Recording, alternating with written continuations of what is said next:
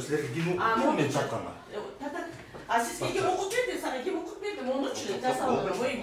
Kimin uçastaysın, hiç kim koldan koyup bul degen, hiç kim dikemez dep жазгансың. Senin kolun тұрады. Менин колумсу мен сот кылып берет. Ay doktor, мынакей, бул деген. Саламатсыздарбы? Менин аты жөнүм Айылчиева Айгүл. Мен 2012-жылы Ысыгата районунан Новопокровка айылынан улица Ленина 91Б деген үйдү сатып алганмын. Үйдү закондуу, мыйзамдуу түрдө сатып алганмын.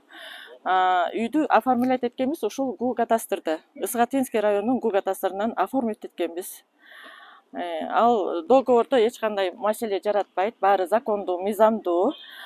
Андан кийин өздөрү мондай соглашение берип, айыл өкмөтүнөн требуется решение айыл өкмөтү мерию 787 квадрат метр ушуга решение алып келесиң. Соглашение мынакей Бостонкулов, кадастровый топограф Бостонкулов келип, момундай кылып туруп, чийип туруп, мен аны такси менен алып баргам бул жактан. Граница мурда Союз убагында эле түшкөн генплан, ошого чийип туруп 2000 сом алган, чийгенине 2000 сом алган. Регистрация болгон, мынакей. Регистрациядан өткөн. Подготовка оформления землеустройственных документов. Мынакей мен 486 сом төлөгөм, 292,65 сом дагы төлөгөм, 228 сом за инвентаризация. Регистрациядан өткөн. Андан тышкары 2000 сом алып, менден мага квитанция беришкен эмес. Ошентип 2012-жылдан бери мен өзүмө тиешелүү огородду ала албай жатам. Мага госак алганга ушул ГУ-кадастр тоскоолдук кылып жатат. 1-2 киши, ал деген юрист Көкшенова и мурдакы Шамшиев, начальники Шамшиев,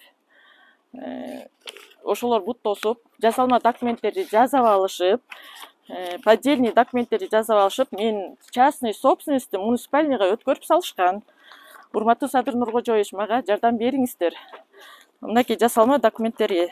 Мынакей мондай кылып туруп, актай кылып чийип алышкан. Мен 2000 сом төлөгөм, а булар болсо мындай кылып актай кылып чийип, компьютерден өткөзүп эле бесплатно. Муну эч ким колдонбойт деп өздөрүнө заключение жазып алган. Могу Замалиевди жана Шамшиевди 1 жыл мурун начальник Зулушев, Бакытбек Төрөбекович, ана милициянын чоңу Ниязалиев бул. Ошолор келишип, көптөгөн арыз түшкөндүгүнөн ушул зам начальникти Шамшиевди жумуштан алышкан. Директор начальникти Шамшиевди жумуштан алган. Көп мыйзамсыз, законсуз эмелерди кылып, ушундай поддельный документтерди жасаган үчүн. Эми андан калган кишилер, мына ал жалгыз кылган эмес да муну. Ошол юрист Көкшенова, могу Андашев, азыр бул зам начальник болуп иштеп атат бу жерде. Ушул поддельный документ жазып алып туруп, мамлекеттик кызматта иштеп атышат булар. Соттун 3 решениясы бар. Мен сотто утуп чыкканмын. Ал жактан тастыкталып, далилденип, огород меники, жеке менчик коро жай, жеке менчик деп тастыкталып, далилденип, сот мен тарапка чечип берген. Мынакей Верховный сотко чейин барып, 29-июнь 2020-жылы болуптур Верховный соттуку. Мен утуп чыкканмын. Ушул Верховный соттун чечимин, решениясын алып келип, айыл өкмөтүнүн решениясын алып келип, каттатканга, госак каттатканга алып келсем, булар отказ беришти. Жогорку соттун чечимине баш ийишкен жок. Айыл өкмөттүн чечимине баш ийген жок. Андан тышкары өздөрүнүн начальниги мынакей өздөрүнүн начальниги ГУ Бишкек, Орозбекова көчөсү 44 ГУ Бишкек, Айылчиеванын документтерин восстановить этип бергиле, госак бергиле деген жыйынтык решениясын чыгарган, административдик решениясын чыгарган. Мынакей еще, если муну аткарбасаңар, меры принимать этебиз деп начальниги да жазган. Булар ошол муну алса дагы ушул ГУ Бишкек начальниги да баш ийбей жатышат. Соттун решениясине да баш ийбей жатат, айыл өкмөттүн решениясине да баш ийбей жатат, өздөрүнүн начальнигине да баш ийбей жатат. Садыр Нуркожоевич, мен сизден суранам, ушинтип карапайым элдин мүлкүн жасалма документ менен, поддельный документ менен тартып алса болобу? Ушул мамлекеттик кызматта иштеп атышып, эч кимден коркпой ушинтип иштеп атышат. Бул жерде ошол ГУ кадастрынын юристи Көкшенова бут тоскон, өзүнүн жумушун кыянаттык кылып, жасалма документтерди ошол жазып атат. Ошонун иниси регистрацияда иштейт, Ногойбаев, бир тууган иниси иштейт. Бул жерде коррупцияланган 8-9 акт түзүлүп мага айыл өкмөтү чечим чыгарып берген, бекитип берген.